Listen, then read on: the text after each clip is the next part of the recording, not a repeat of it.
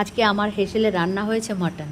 আরেকবার দিলাম মাটনের রেসিপি, কারণ এটা আমি একটু অন্যরকমভাবে করেছি। এই যে মশলাটা দেখাচ্ছে, এখানে আছে দারচিনি, জায়ফল, জয়িত্রী অল্প অল্প, আর 4টে এলাচ, একটু জিরা, আর সঙ্গে তেজপাতা তো থাকেই জানেন। এবার এই রান্নাটা করার সময় আমি কি করেছি, মাংসটা যে ম্যারিনেট করা ছিল সেটা আমি দেখাতে ভুলে গেছি, কারণ ওইটা ম্যারিনেটটা আগের দিন সন্ধেবেলা করেছি। আমাদের এখানে সবসময় অ্যাভেলেবেল মাছ মাংস পাওয়া যায়, যার জন্য মাংসটা দুপুরে এনেছে, তখন ম্যারিনেট করে রেখে দিয়েছি, মানে ধুয়ে টুয়ে রেডি করে রেখেছি, সন্ধে হয়ে গেছে। এইবার সেটা ভিডিও করা হয়নি, তাই আজকে রান্নাটা শুধু দেখাচ্ছি আপনাদের। আজকে রান্নাটা করেছি স্পেশালি পেঁয়াজ দিয়ে, শুধু পেঁয়াজ। ওখানে 1 কিলো 250 মাটন আছে, দেখবেন, দেখাবো আমি পরে।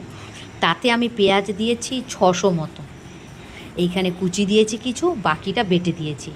গ্রেভিটা হবে, কোনো এক্সট্রা মশলা কিছু না, আর যেমন মাটন মাখা হয় ওই রকমই মেখেছি। আদা, জিরা, পেঁয়াজ, রসুন দিয়ে মেখে রেখেছি, আর জয়িত্রী, জায়ফল অল্প অল্প, খুব সামান্য, সেটা ফোড়নে দিয়েছি। এই যে পেঁয়াজ বাটাটা দিলাম, আজকে পেঁয়াজ বাটা দিয়ে।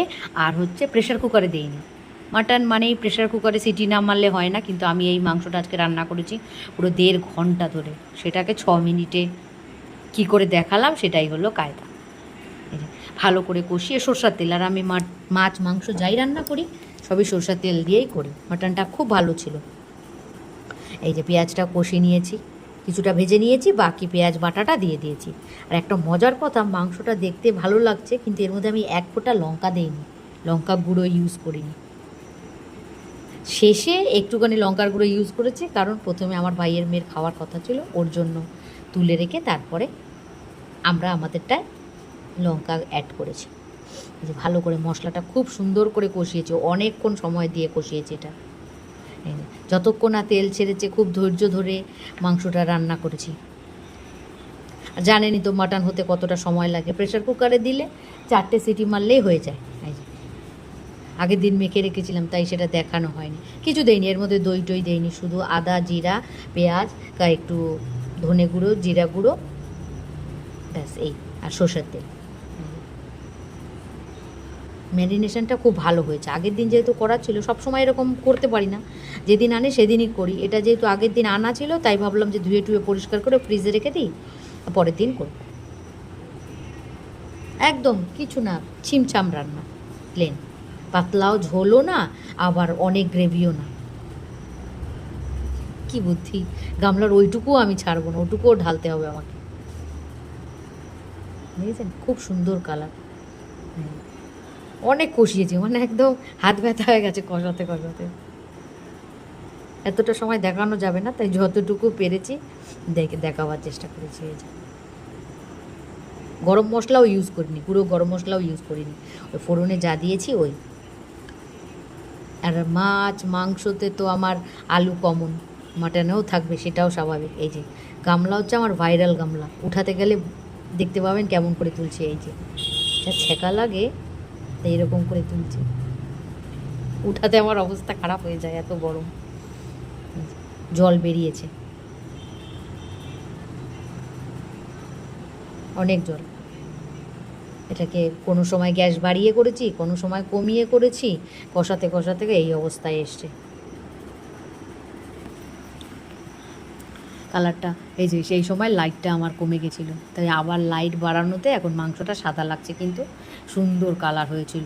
শেষে দেখা যাবে খুব সুন্দর। আর আপনারা মাটন সবাই মশলা দিয়ে সুন্দর করে জুত করে বানান, এক সময় অল্প আদা জিরা দিয়ে, আর পেঁয়াজটা বেশি দেবেন। পেঁয়াজ তো গ্রেভি বানায়, তাই পেঁয়াজটা বেশি দেবেন, খেতে দেখবেন খুব ভালো হয়। আর মাটনের নিজস্ব যে স্বাদটা থাকে, তার সে কারোর অপেক্ষায় থাকে না। যদি মাটন ভালো হয়, তাহলে ওই আদা জিরা সামান্য একটু পেঁয়াজেই ফাটাফাটি হয়ে যায়।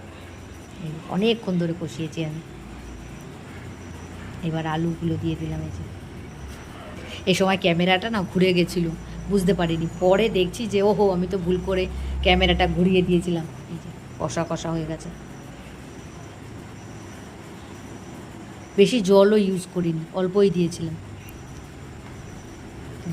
এই সময় রাখলে ভালো হতো, বা 2টো সিটি দিয়ে দিলে ভালো হতো, কিন্তু না, আজকে ঠিকই করেছি। যা গরম পড়েছে, এটা পাতলা ঝোলও হবে না, কারণ আমার ঘরে পাতলা ঝোল চলে না, একটু মোটা মোটা থাকবে, কিন্তু আবার খুব মশলাদারও মনে হবে না দেখতে। তাই এই যে অল্প, যতটা মাংস ততটা পরিমাণে জল দিয়ে ফুটতে বসিয়ে দিয়েছি। আপনারা বানিয়ে দেখবেন। জয়িত্রী জায়ফল দিলে সামান্য একটু জয়িত্রী জায়ফলের যে ফ্লেভারটা এত সুন্দর। আর আমার মামা বলেন জয়িত্রী বা জায়ফল দিলে নাকি মাংসটা খুব তাড়াতাড়ি সেদ্ধ হয়। হয়তো তাই, আমারও তাই হয়েছে। 1.5 ঘন্টা লেগেছে ঠিকই, কিন্তু মাংসটা কড়াইতে খুব ভালো সেদ্ধ হয়েছে। রেডি। অনেকটা দেরি হয়ে গেছিলো, তাই লাস্টটুকু আর দেখাতে পারিনি। বাটিতে নিয়ে পরিবেশন করছি, সেটাই দেখিয়ে দিলাম। বেশি ঝোলও নেই, আবার গা মাখাও না, একটু গ্রেভিও আছে। ভালো হয়েছিল, খুব ভালো হয়েছে। ছোটো বাচ্চারাও খেতে পারবে, কারণ লঙ্কা আমি বেশি দিইনি। ঠিক আছে, ভালো থাকবেন, সুস্থ থাকবেন। আর কি আমার